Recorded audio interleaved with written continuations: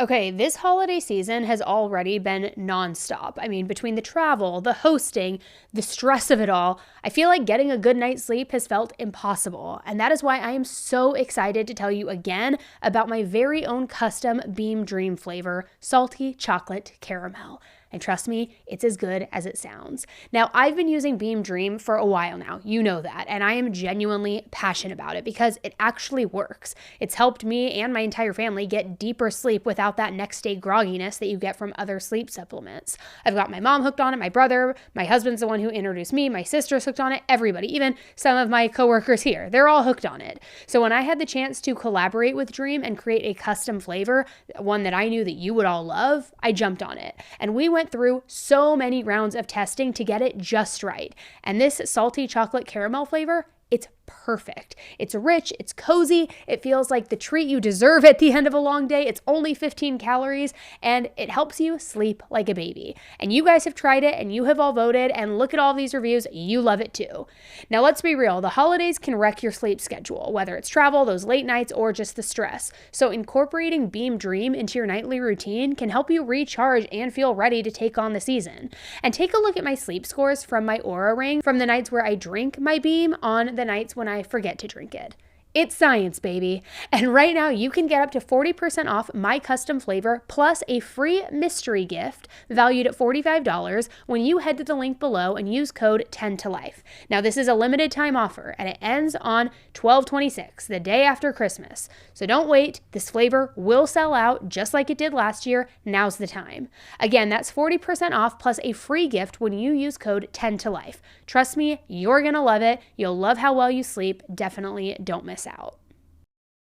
Hey everybody, welcome back to an all new episode of 10 to Life with me, Annie Elise. I hope you guys are doing well today. If you're brand new to the channel and you never have been here, let me just kind of give you the breakdown of what it is we do. Basically, I like to talk about true crime cases with you guys in a casual, conversational kind of way, almost as though I'm just sitting in my leopard comfy chair talking with a friend about them. Now, today's case is interesting because I feel like thanks to technology, solving crimes in the 21st century is like a whole different ballgame. And today's case really taps into that exact idea. And it just goes to show how insanely important it is in solving crimes today, like utilizing technology.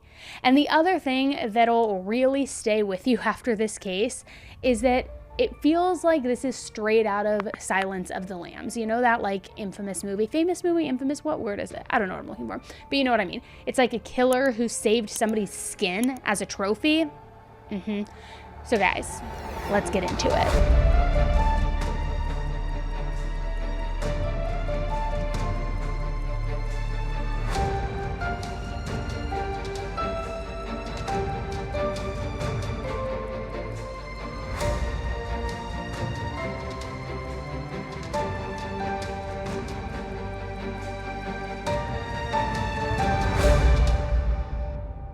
In 2021, Lorraine Cox was a 32-year-old woman from England's Devon County. It's mainly known for its stunning natural beauty, and it's right there on the water, so there are like plenty of beaches, beautiful scenery, things like that. However, if beaches aren't quite your thing, there also are plenty of cliffs and rolling hills, natural parks, I mean, you name it. It's basically a nature lover's dream. Now, Lorraine always loved living in Devon. It was home. It was where her family and her friends were as well. And from my understanding, she never really planned to broaden her horizons by leaving. That is until she met her girlfriend, Elise Fallow. Now, Elise was living in Scotland, which isn't exactly close to Devon by any means. I don't know the exact details of how they met or how they made things work. I would assume it was pretty much the normal long-distance relationship kind of situation for a while, where you're making time to see each other, on long weekends, holidays, back and forth, that kind of thing. But they made it work. And by 2020, they had been together for 2 years, and their relationship was stronger than ever. They were engaged, and they were fully planning their futures together. That future included a dream lavish wedding, their closest family and friends there all being in attendance to just celebrate their love and really just build a future together. They even had talked about children, and the good news is that they were both completely on the same page so far as kids went. Both of them wanted to be mothers, and they even had similar ideas about how they would eventually make that happen. Lorraine wanted to be the one to actually get pregnant, to carry their baby. And Elise, she was fine with that. So all in all, life was good. And even when things weren't going quite according to plan, things were still okay. I mean, of course, all of these conversations about the future were happening in early 2020. Then we know what happened, lockdowns across the world, things get a little bit different. You're living on top of somebody 24/7, and it could, get dicey or frustrating. Now, Lorraine didn't know how the whole COVID situation was going to play out. I mean, let's be real, none of us did, right? Nobody knew if they were going to be sheltering in place for a few days, weeks, or even months. And I don't think that anybody ever expected that it was going to be an entire year and a half. I know that I certainly didn't. I mean, think back to when all of that was happening.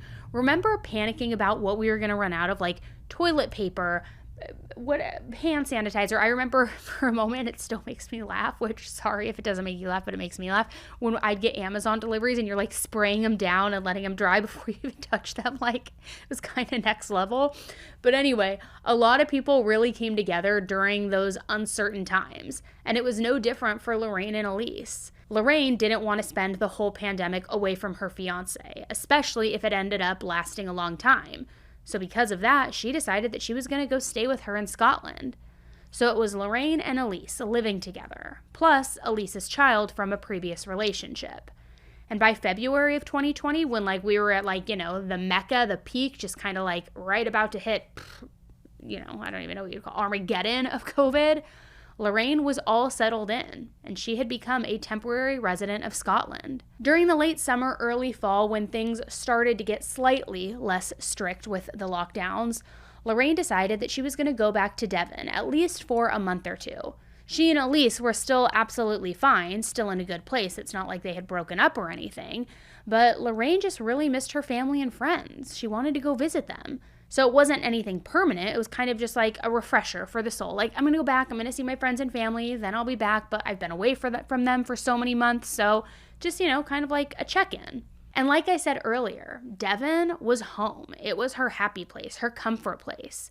Plus, she hadn't seen anyone basically the entire lockdown. It's not like she had been able to come back for quick day trips or anything.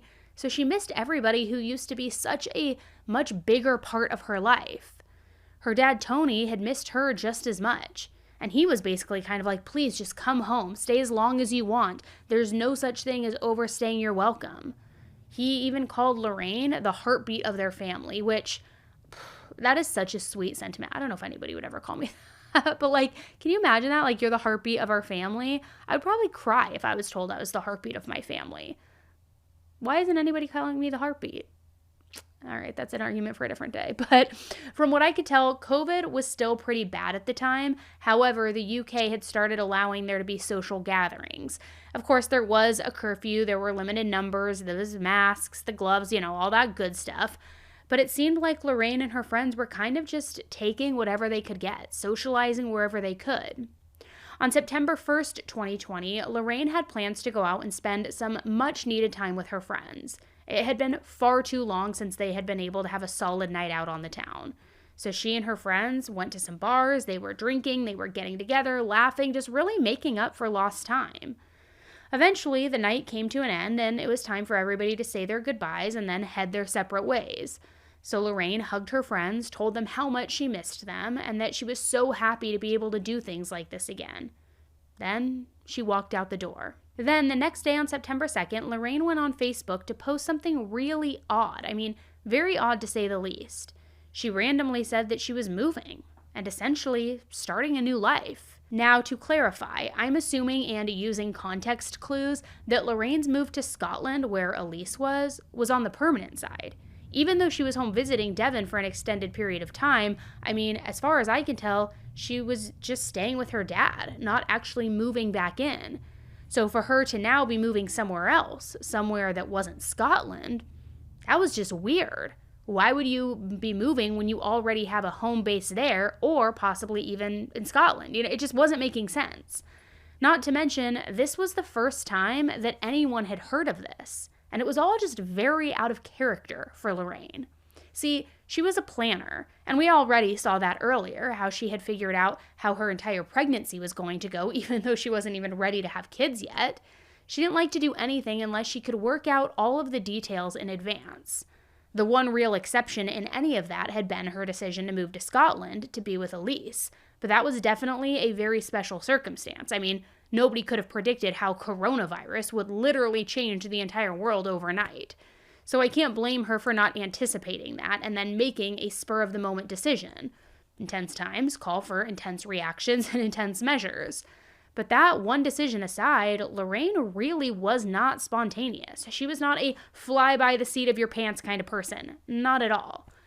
So anyway, this post said that she was moving to a place called Plymouth, which is technically still in Devon, but it's about 45 miles away from her dad's house. And this post was a major red flag to everyone. I mean, imagine going out with your friend one night, just catching up, drinking, hanging out, like shooting the shit, like getting caught up with everything, and talking about every single detail that has happened in the last few months, but then 24 hours later, they're posting that they're just up and moving somewhere new, even though they didn't even mention that, or they didn't even allude to a glimmer of that during, your big catching up night out. I mean, it's just a little weird. It's not impossible, but it makes you kind of go, I don't know, at least a little bit, right? Especially when Lorraine was so close to all of her friends and family. She didn't keep secrets like that. So you've also got to imagine it from Elise's point of view as well. Your girlfriend says she's going to go stay with her dad for a few weeks, packing a small bag and leaving everything else behind, but then randomly posts that she's permanently moving. I mean, it was like a bomb being dropped. And on top of the strange Facebook post, Lorraine was actually still texting everybody. But in her text messages, they were just different. They weren't like her. I don't know exactly what was being said, but I do know that whatever it was just setting off little alarm bells for everybody. And you know how it is. Once you're close enough to somebody and you are constantly texting back and forth, you're familiar with the way that they type, the way that they speak, whether they use emojis or not, whether they put periods at the end of their sentences, capitalize the first letter of each sentence. I mean, you know every little nuance. And Lorraine was still doing all of the things that she usually did, but the vibe was still off in some way, and nobody could quite put their finger on it. Now, I do want to be clear, it wasn't like she suddenly just turned into a completely new person. The shift was subtle. If someone like Lorraine's dad, for example, just handed his phone to a stranger and said, hey, this is how Lorraine normally texts, now take a look and tell me if you think this is her or not, they probably would have been like, okay, you're reaching, my man, you're sounding a little bit paranoid. The language was even similar to how she usually texted. For example, Lorraine didn't call her dad, Dad. She always had called him Papa, which isn't super uncommon, but it's fair to say most people do just say Dad. So when she was still calling him Papa in these texts, it kind of made him scratch his head a little bit. I mean, the text messages did sound like her in some ways, but they also didn't in other ways. And part of the issue was that the messages kind of were mean. Like they had like this mean undertone to them. Elise, who obviously cared so much about her fiance, had been texting her nonstop, just blowing her up with questions. I mean, I would be too. Like, what do you mean you're moving? What's going on? I thought we were happy. You don't just out of the blue post that you're moving to a random city and that's just that. But when Elise asked basically like, hey, what's going on here? Lorraine's replies were short. She wasn't giving her any answers, and at one point, she just sent her the middle finger emoji. So that's kind of what I mean when I say the text messages weren't right. They just weren't your normal Lorraine. So what was happening? This was the woman who had made a long-distance relationship work for 2 whole years. She was the one who proposed. She made it pretty clear that she saw Elise as endgame and wanted to be with her. She had packed up her bags and walked away from her life as soon as she knew that there was going to be a lockdown and she was going to be away from her. She moved to Scotland, no questions asked. But now she was just going to send a middle finger emoji when all Elise did was ask if she was okay? No, something's not right. Even though her friends and Elise were worried and confused, Lorraine's dad seemed to be the main person who was really questioning things and actively was searching for answers. He was texting her, trying to get her to open up. Now here's where things get a bit weird. Nobody had actually seen Lorraine in person since she had left that bar. She didn't have any plans to see anyone the next day or the day after that, and she never came out of her bedroom or opened her door. For 2 whole days, Tony had thought that she was in his house with the door closed, texting from inside her room. Seriously. And finally, he decided, okay, no, it's time to sit down and have a real conversation in person. So he went to her room and pushed the door open. And what he saw really drove home the fact that something was not right. You see, Lorraine had type 1 diabetes, and she had a kit to take with her everywhere. It had all of the basic necessities so that she could check her blood sugar, make sure that she was getting enough insulin, all of the things. It was just a normal part of her everyday life, and she never would travel anywhere without it. But when Tony looked inside the room, the kit was just lying there, open, all alone. No signs of Lorraine, no notes that she would be back soon, just this lonely kit all by itself. And that kit was literally her lifeline. Lorraine would not go anywhere without it, even if she was just running a quick 5-minute errand. It was not right. So that same day, on September 3rd, 2 days after anyone had physically laid eyes on Lorraine, her father went to the police and reported that she was missing. Now, interestingly enough, it does seem to me like maybe Tony and Lorraine's friends all figured that she had left Tony's home on her own or something. Like maybe she had gone out on an errand and maybe had a medical emergency that stopped her from going home, something like that. So because of this, they were worried and they thought that it was reasonable to get the police involved. But they weren't thinking in terms of Lorraine being abducted or anything like that. One of her closest friends, a guy named James Leo, even gave a statement where he said, "Lorraine, this is totally out of character. Insulin is one of the most important drugs to keep you alive. Just let somebody know that you're safe, privately and confidentially." Now let's kind of dissect that a little bit, and I'm not trying to criticize her friend at all, so please don't think that I am. But I do think that the wording and phrasing is a little bit different than what we're used to seeing. It's almost like he was speaking directly to Lorraine, as if she was going to be reading the newspaper or seeing him on TV, which does make a certain amount of sense. They all had seen her text messages and her Facebook posts, so, there was no real reason to think that anything bad had happened to her. But it isn't something that you normally see. It's more if you can hear this, if you see this, not just talking directly to them. But either way, everybody was out searching for her. They put up missing persons flyers everywhere that they could, especially near that bar that she was last seen at. Her friends knew that she had been headed home, so her route should have been pretty cut and dry, right? Unless, of course, something happened between leaving the bar and making it home. In the meantime, different journalists and police officers were being a little more open to the idea that anything could have happened to her. Maybe that it wasn't a real medical emergency. They wanted to know if anybody had any reason to hurt her. And they learned a lot, apparently. Specifically, they learned that in May of 2018, Lorraine had gone through something pretty awful. She had been horrifically violated and sexually assaulted. Her attacker was a 35-year-old man named Robert Prout. He had already been found guilty of physically and sexually assaulting another woman in the area, so he was kind of no newbie to these kinds of crimes. Now, there isn't really a whole lot of public information on Lorraine's assault other than the fact that it happened. But Robert was supposed to go to court to face his charges for that attack, and Lorraine went missing right before that hearing was supposed to begin.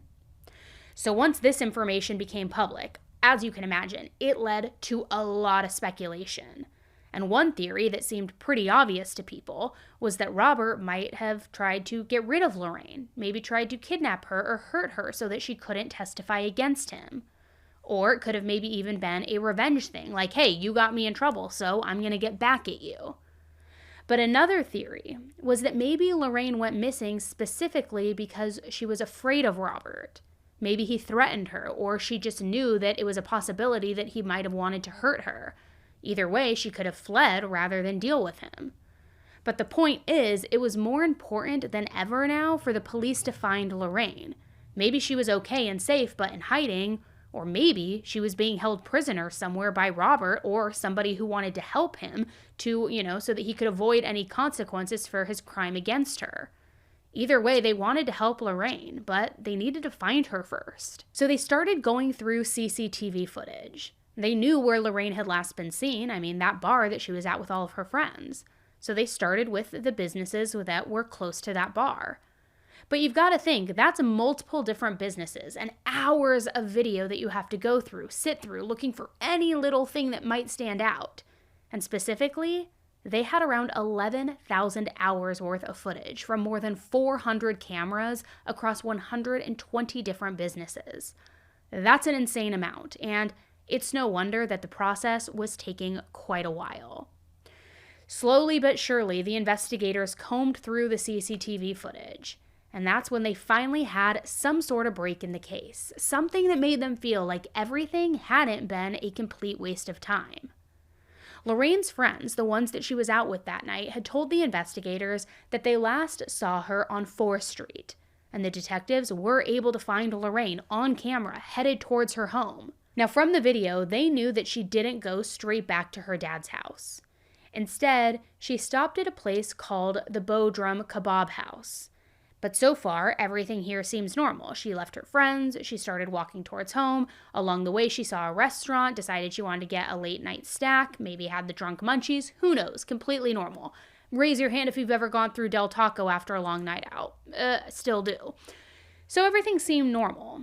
But then, after leaving the restaurant, Lorraine walked a very short distance before she found a bench where she could sit down and eat her food. And that's where things got interesting. Because later on that night, Lorraine went back into that same building where the restaurant was. Not to the restaurant itself, but to a different entrance. And that second time that she did this, she wasn't alone. This was at about 2:45 a.m. Lorraine was right next to a man, and they clearly walked in together.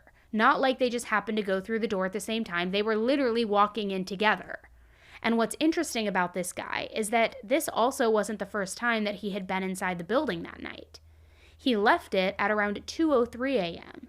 But then, 42 minutes later, at 2:45 a.m., he came back with Lorraine. CCTV footage showed that Lorraine had been walking alone for a little over a mile, but this guy had been following her for a while. Eventually, he went up to her, talked to her for a bit, and then started walking beside her all the way back to the kebab building. There was hardly anyone else out on the street except for these two people, and to me, it's clear as day a predator is hunting his prey.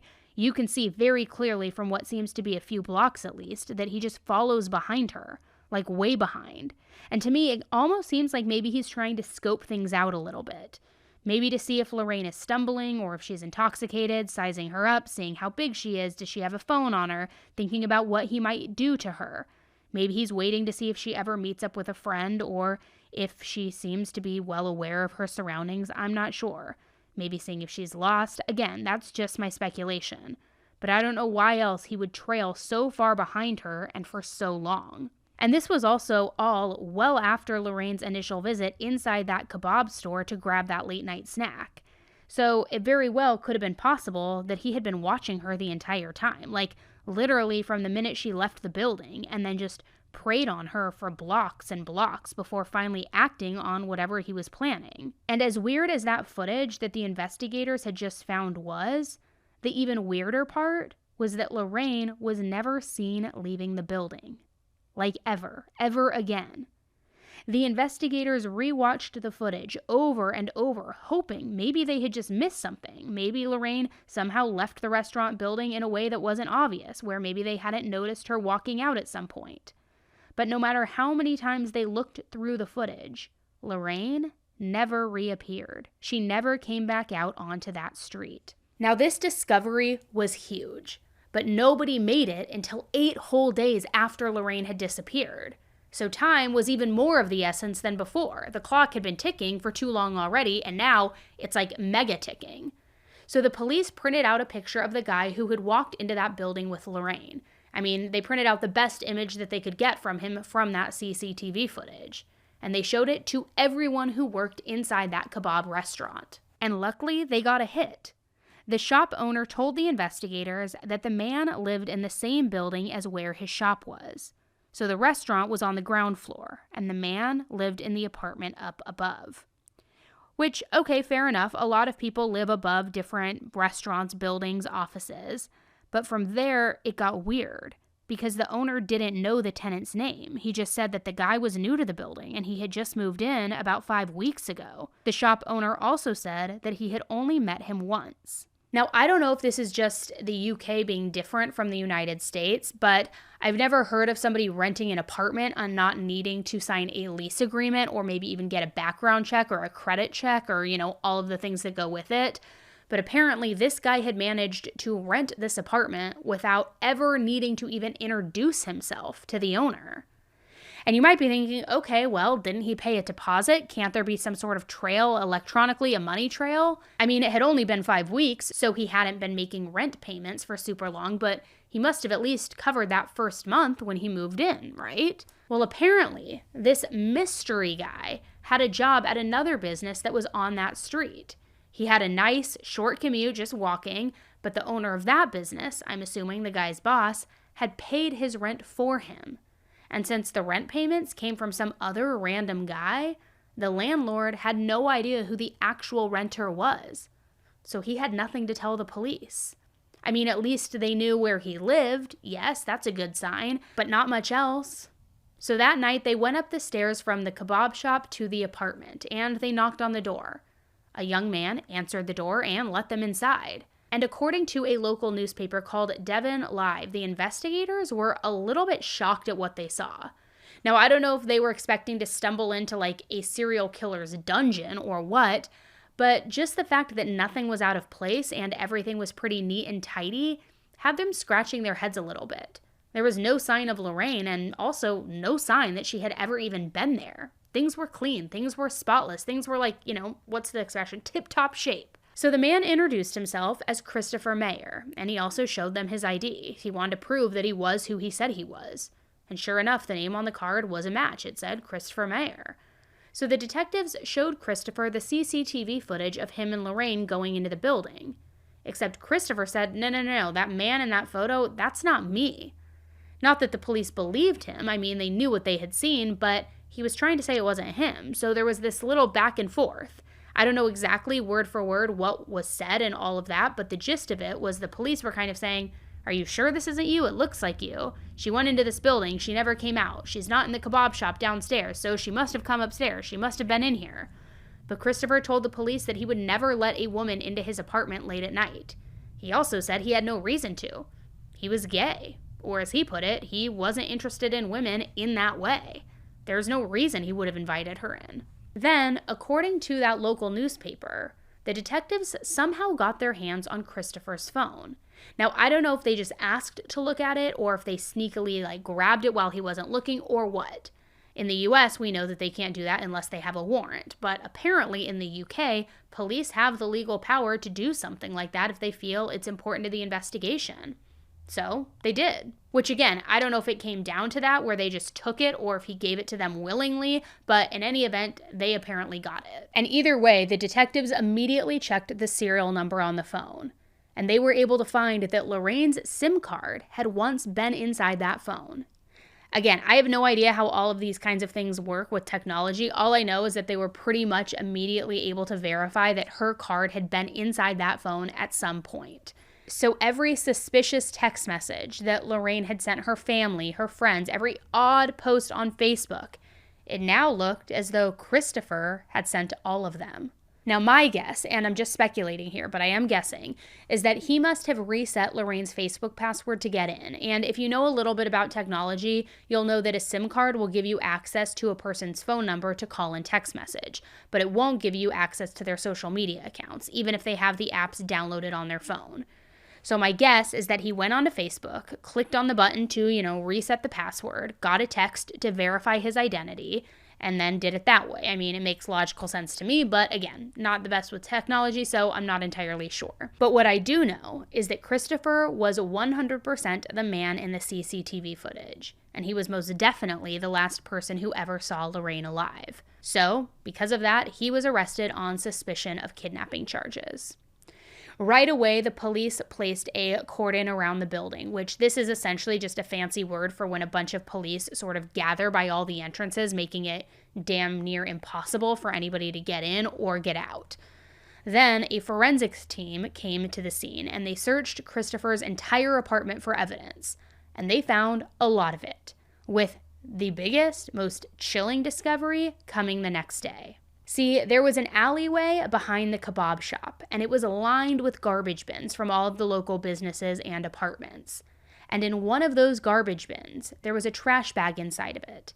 And inside that trash bag was full of pieces of a dismembered human body. And to be clear, this wasn't a whole, complete body. It was missing a head, a torso, and some other parts. So they obviously couldn't verify 100% yet that the remains were Lorraine's yet, but I mean, hello, what are the odds? It didn't look good. So this case was officially changed from a missing persons investigation to a homicide investigation. And as if that wasn't all a major bombshell dropped in and of itself, even bigger news came out shortly after that. 5 other men, in addition to Christopher, were taken into custody and were also arrested on suspicion of kidnapping. They were all in that same building on the night that Lorraine went inside and never came out. Now, some of them lived in other apartments. Some might have come in for whatever reason, visiting a friend, buying a kebab, whatever. But they were all at the scene of the crime. And even though Christopher was the only one who showed up on the CCTV camera, actually walking in with Lorraine, the police didn't want to take any chances. And the thing is, there were immediately 2 very big and apparent differences between Christopher and the 5 other men who were arrested. First of all, those 5 guys were more than cooperative. I mean, all things considered. They were extremely patient with the investigators. They sat through every interrogation. They answered every question that the detectives threw at them. They even all willingly provided their DNA for testing. And because of that, all those 5 men were eventually released, and no charges were ever pressed against any of them. Nothing. Basically kind of just a sorry for all of this, thanks for your cooperation, we just had to rule everybody out, even though they had been in the building that night.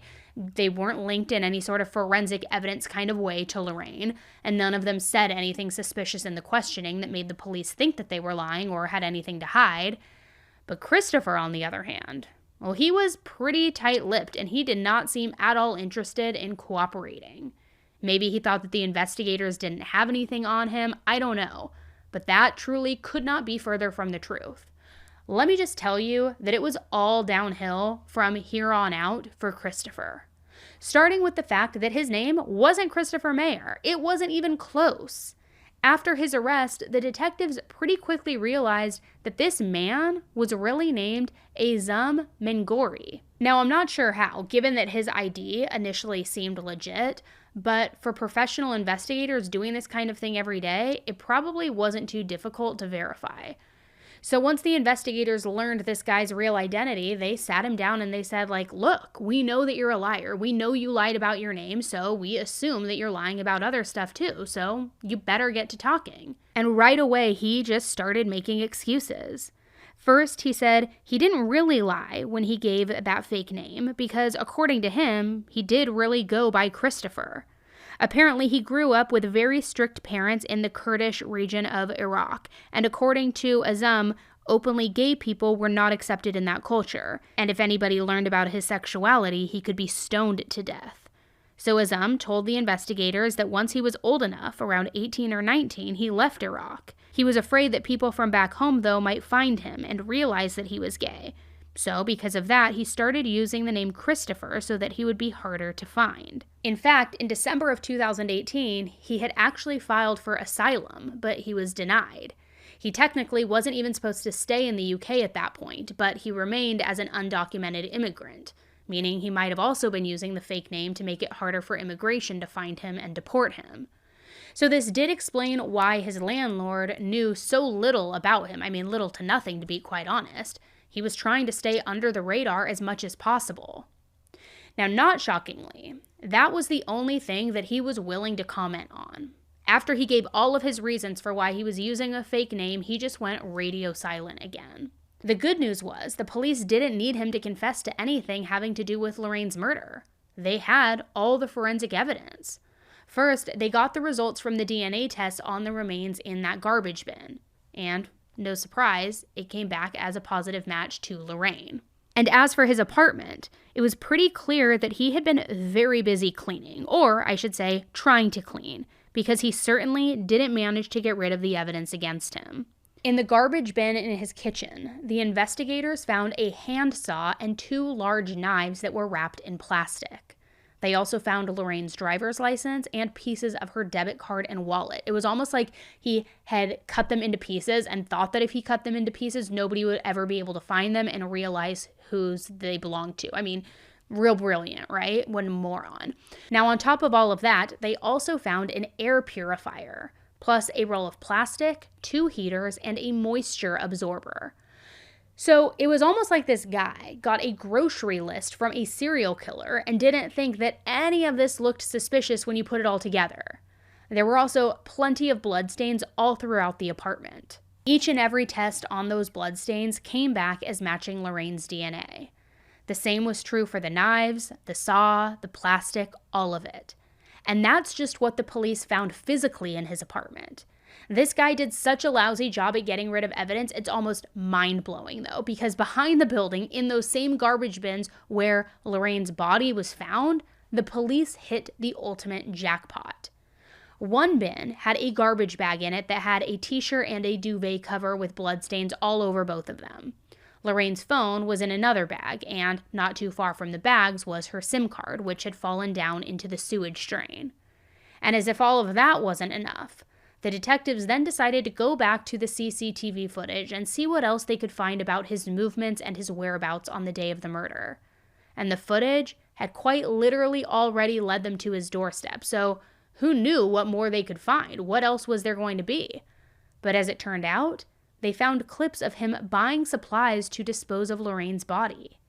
Then he took taxis back and forth to a local store called Wilco, where he made several trips to buy what looked to be large duffel bags. And not surprisingly, later on there was footage of him walking out of his building with those bags before then hopping into another cab.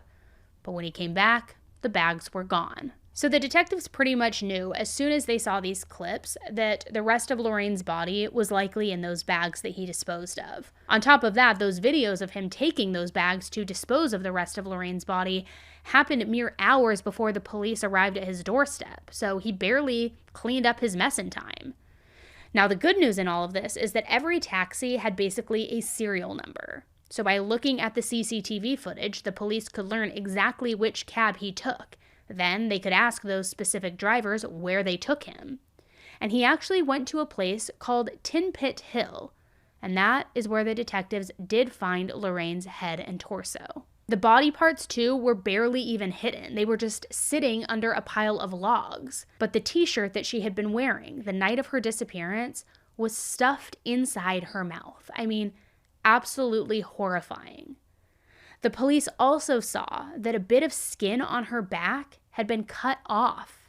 It wasn't clear why that was the case or what he had done that for, but the leading theory at that time was that he cut it off to be some sort of trophy, or because he got some kind of sick enjoyment out of mutilating her body. But either way, it's absolutely disgusting. It was like just a little patch had been removed. So for me, he had already mutilated her body and dismembered her. Why else are you cutting a little patch unless it is to save as a trophy? Now, the really unfortunate thing is that some of Lorraine's body parts were never found. The police recovered her head and her torso from Tin Pit Hill, and her foot and some other pieces were in the garbage bins, but some of her remains are still missing to this day. Now, on top of that, the body parts they did manage to find were so badly decomposed by the time the investigators got their hands on them that there was basically no way to even determine a cause of death.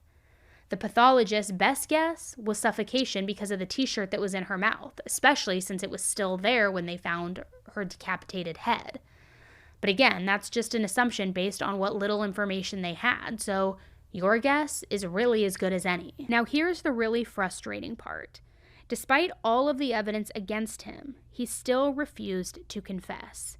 He kept saying he didn't kill Lorraine even when the police were basically like, hey, look, the jig is up. We found blood all over your apartment that was hers. We found her body parts, so on and so forth. Like, just tell us the truth. But he kept tight-lipped. And in the spring of 2021, his trial began.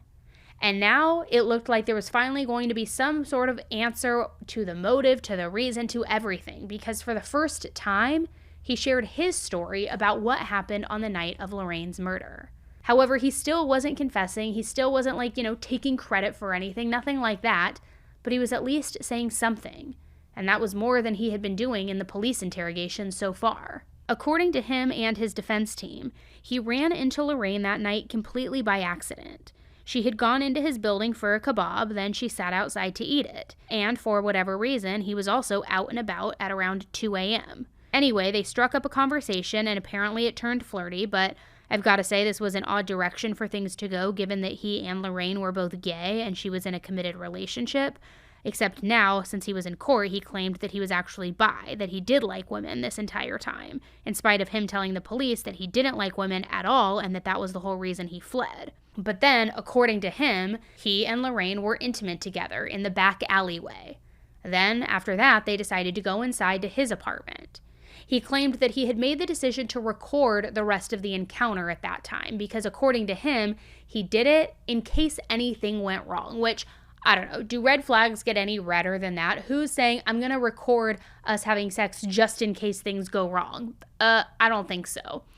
And you would think that it should have been pretty easy for the police to look at this recording and see if any of this was true, right? If Lorraine really did go consensually into his apartment, if he got through the whole sexual encounter without, murdering her. But I couldn't find whether or not any of his story was ever even confirmed. So I'm going to take the lack of information out there or confirmation from the investigators that it probably was just complete BS, but that's just my guess. So according to him, once they got inside, they drank together, they were taking shot after shot, they were getting pretty drunk, pretty messed up. Then they had sex twice and also smoked something. But he says he wasn't even sure what it was. According to him, Lorraine had just pulled out some sort of tinfoil out of her pocket and unwrapped it. Inside of it, there was some sort of black substance. She apparently then put a lighter underneath the foil and then inhaled the vapor. So I'm thinking maybe he was trying to describe heroin or meth or something like that. I really don't know. He says that after Lorraine got her hit, he tried it. And he said it made him feel very weird, very nauseated, and then he just blacked out. Then when he eventually woke back up, he says that he found Lorraine apparently unconscious on his bathroom floor, and she had a puddle of urine next to her body. So he figured that she had OD'd. Allegedly, he tried to perform CPR, but he didn't actually know how to do it correctly. He had only seen people giving mouth-to-mouth in movies. He had never done anything like that himself. So apparently at some point he realized it wasn't working. But rather than call for help, he just kept trying, even though he understood at this point that the CPR wasn't helping. Which his explanation for why he didn't call for help is just so weird. According to him, first of all, he didn't know the number to call for help. And I get that emergency numbers in different countries are different. Here in the United States, we use 911, but that's not the number they use in the UK. It's 999, and it's different in Iraq too. You would call 104. So I kind of get that.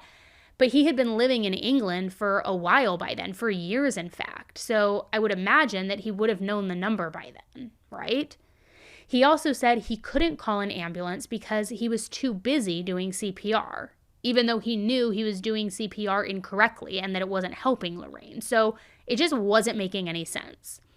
The next part also made absolutely no sense. He said that he was sitting in the bathroom with Lorraine's unconscious body, and then he saw what he called weird creatures coming out of her mouth. So maybe he was trying to make it sound like he was still high and hallucinating. I don't know.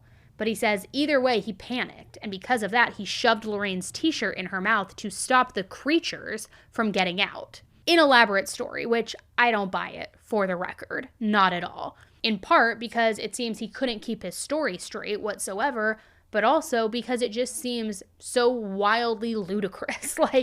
No. I would say Occam's razor comes into play here. The t-shirt was probably in her mouth to stop her from breathing or screaming. And if there was an assault taking place, shut up.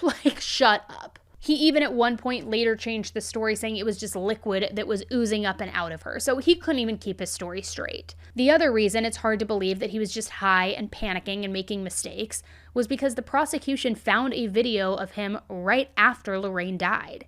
It was a video he had taken of himself inside his apartment with a filter on his phone, blowing smoke into the camera, just looking cool, calm, collected. And some sources have said that this video was taken right next to Lorraine's body. But I'm not really sure if that was just an assumption or if that was ever actually fact-checked by the police who actually saw the video firsthand. He said that actually he wasn't calm in that video, that he was vaping to calm down because he needed something to, quote, cheer him up and, quote, get him out of his depression.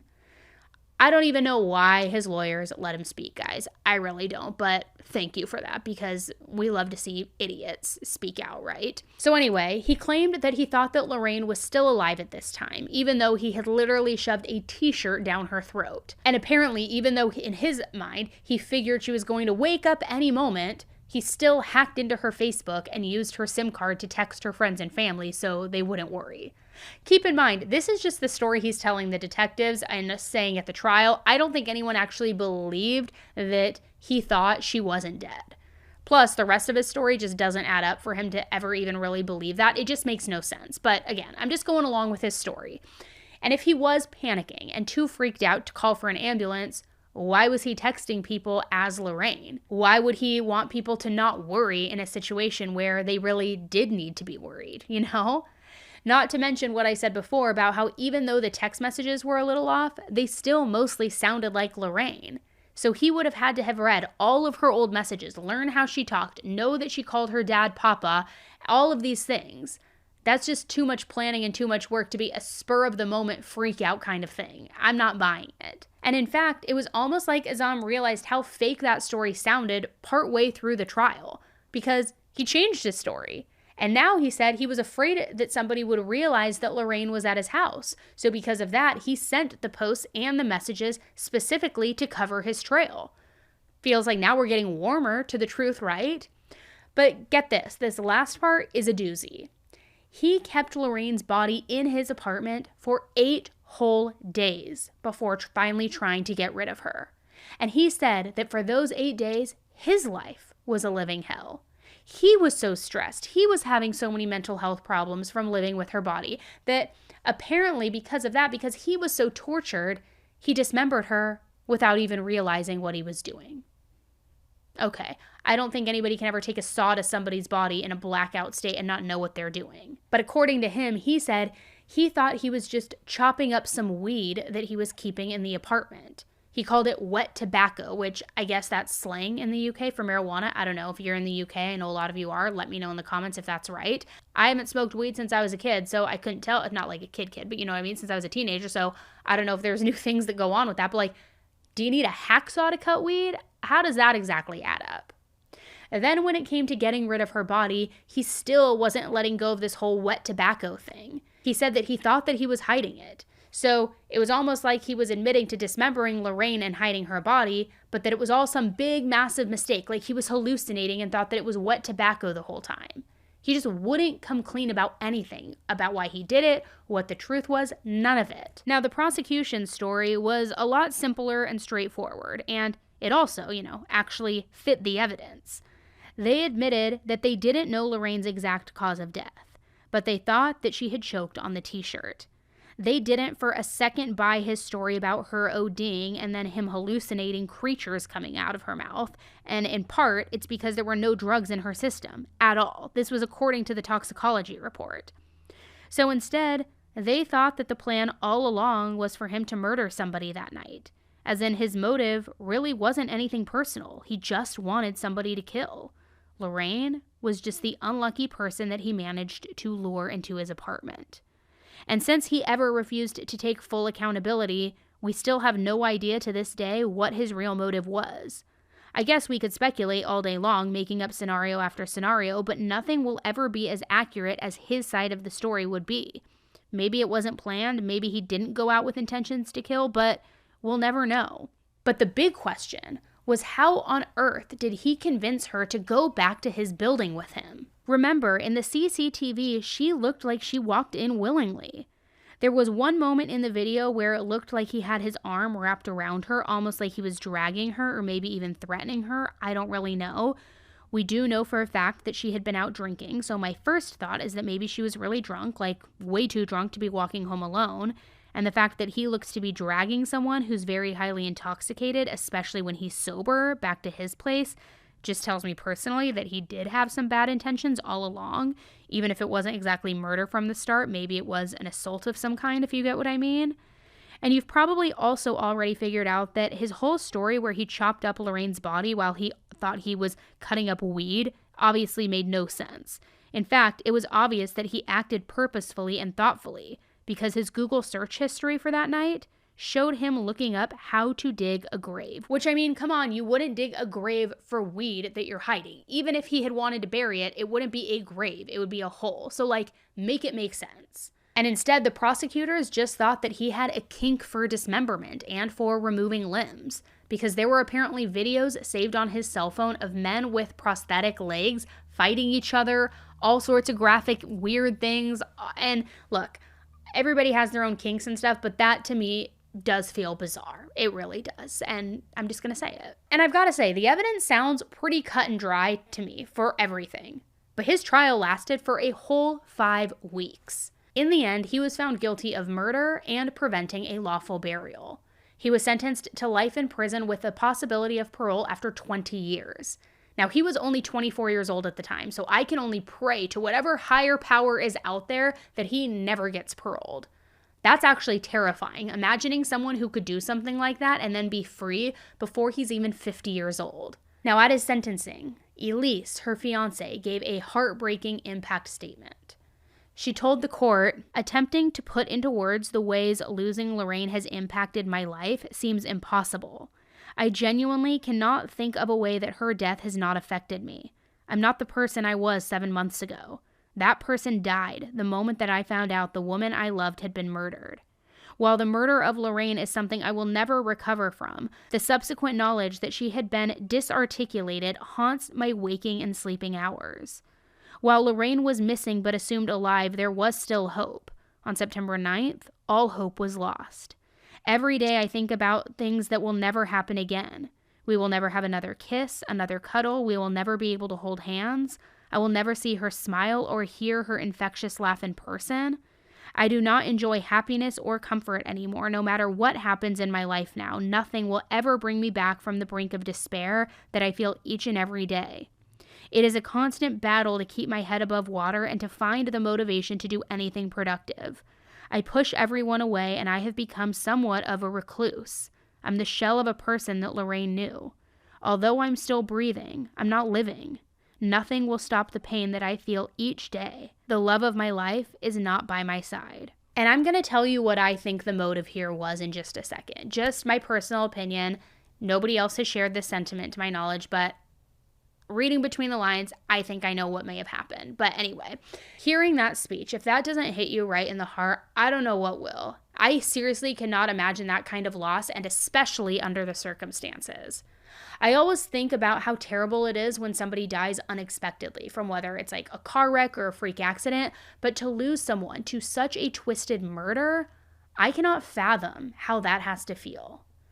And since Lorraine's death, her dad, Tony, has been doing as much as he can to keep her name and memory alive, as well as advocating for women's safety. I mean, although the CCTV footage was literally a saving grace in this case, he hopes that even more cameras can help more people in the future. And to raise awareness for her case and the need for better safety, he did a 13-mile walk in her name.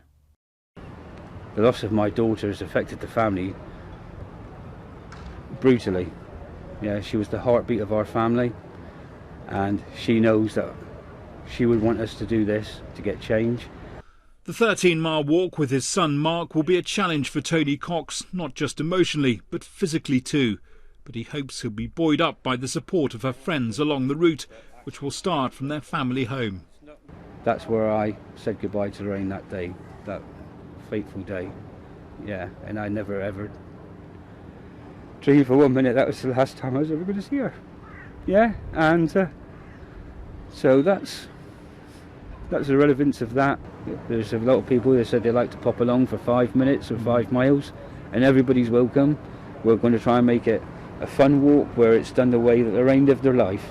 Well, the walk will include a poignant march to Up Fore Street, a place where she'd been out drinking, enjoying the company of friends earlier in the day, but sadly too, where she met her fate. You know, when we do the walk, we are going to walk that street because it was Lorraine Street.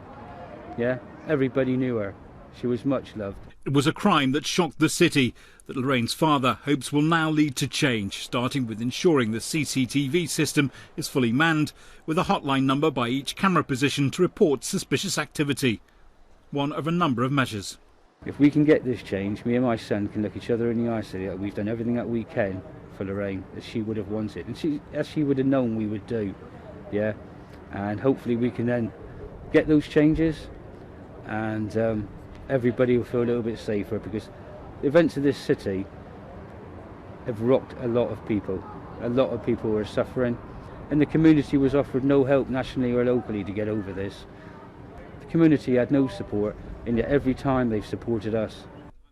The money raised will go towards Devon Rape Crisis and Sexual Abuse Services, the charity touched by his support.